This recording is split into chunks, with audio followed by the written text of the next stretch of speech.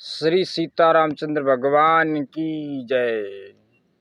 सुंदरकांड पढ़ते हुए 25वें दोहे पर ध्यान थोड़ा रुक गया। तुलसीदास जी ने सुंदरकांड में जब हनुमान जी ने लंका में आग लगाई थी उस प्रसंग पर लिखा है कि हरि प्रेरित तेहि अवसर चले मरुत 49 अट्टहास करी गर्जा कपि बड़ी लाग आकाश। जब हनुमान जी ने लंका को अग्नि के हवाले कर दिया तो भगवान की प्रेरणा से 49 पवन चलने लगे। हनुमान जी अट्टहास करके गरजे और आकार बढ़ाकर आकाश से जा लगे। थोड़ा सोचा कि उन 49 मरुद का अर्थ क्या है। यह तुलसीदास जी ने भी नहीं लिखा।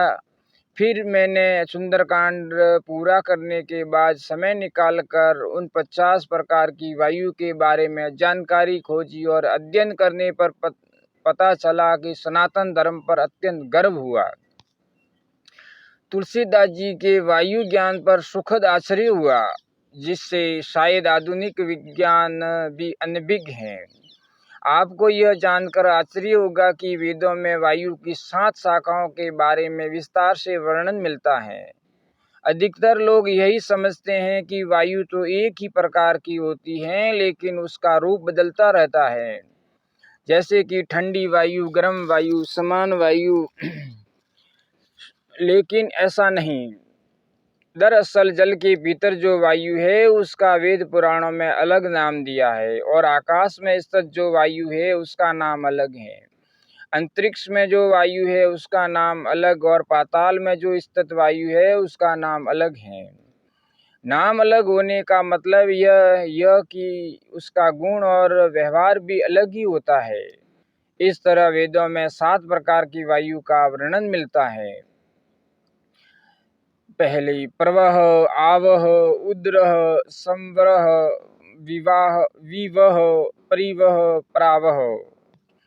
प्रवह पृथ्वी को लागकर मेघमंडल पर्यंत जो वायु स्थित है उसका नाम प्रवह है। इस प्रवह के भी प्रकार हैं। यह वायु अत्यंत शक्तिमान है और वही बादलों को इधर उधर उड़ा ले जाती है। धूप तथा गर्मी से उत्पन्न होने वाले मेघों को यह प्रवाह वायु ही समुद्र जल से परिपूर्ण करती है, जिससे ये मेघ काली घटा के रूप में परिणत हो जाते हैं और अतिशय वर्षा करने वाले होते हैं। आवह, आवह सूर्यमंडल में बंधी हुई है। उसी के द्वारा ध्रुव से आवृत होकर सूर्यमंडल घुमाया जाता है। उद्रवह, वायु की तीसरी शाखा का नाम उद्रवह है, जो चंद्रलोक में प्रतिष्ठित हैं। इसी के द्वारा ध्रुव से समृद्ध होकर यह चंद्रमंडल घुमाया जाता है। संवह, वायु की चौथी शाखा का नाम संवह है, जो नक्षत्र मंडल में स्थित है। उसी से ध्रुव से आवृत होकर संपूर्ण नक्षत्र मंडल घूमता रहता है। विवह, पांचवी शाखा का नाम विवह है और यह ग्रह मंडल में स्थित है। उसके ही द्वारा यह ग्रह चक्र ध्रुव से आवृत समृद्ध होकर घूमता रहता है।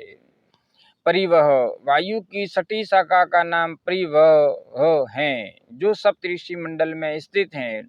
इसी के द्वारा ध्रुव से समृद्ध हो सप्तऋषि आकाश में भ्रमण करते हैं। प्रावह, वायु के 7वें स्कंद का नाम प्रावह है, जो ध्रुव से आवृत हैं। इसी के द्वारा ध्रुव चक्र तथा अन्य मंडल एक स्थान पर स्थापित रहते हैं। इन 7 वायु के 7 गण हैं, जो इस प्रकार हैं।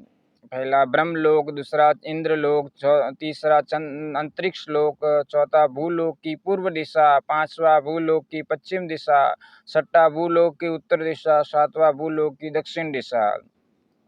इस तरह 7 इंटू 7 49 कुल 49 मरुत हो जाते हैं, जो देव रूप में विचरण करते रहते हैं। अद्भुत ज्ञान था हमारे ऋषि मुनियों का। हम अक्सर रामायण भगवत गीता पढ़ तो लेते हैं, परंतु उनमें लिखी छोटी छोटी बातों का गहन अध्ययन करने पर अनेक गूढ़ एवं ज्ञानवर्धक बातें प्राप्त होती हैं। बोलिए श्री सीतारामचंद्र भगवान की जय, हनुमान जी महाराज की जय। इसलिए हमारे ऋषि मुनि बड़े दिव्य थे। उन्होंने अपनी सूक्ष्म दृष्टि के द्वारा तपस्या के बल पर सूक्ष्म ज्ञान को प्राप्त किया था। उनको हमें छोटे छोटे रूप में इशारा करके भी उन ऋषियों ने शास्त्रों में जोड़ा है, जो हमें सूक्ष्म रूप से अध्ययन करना चाहिए।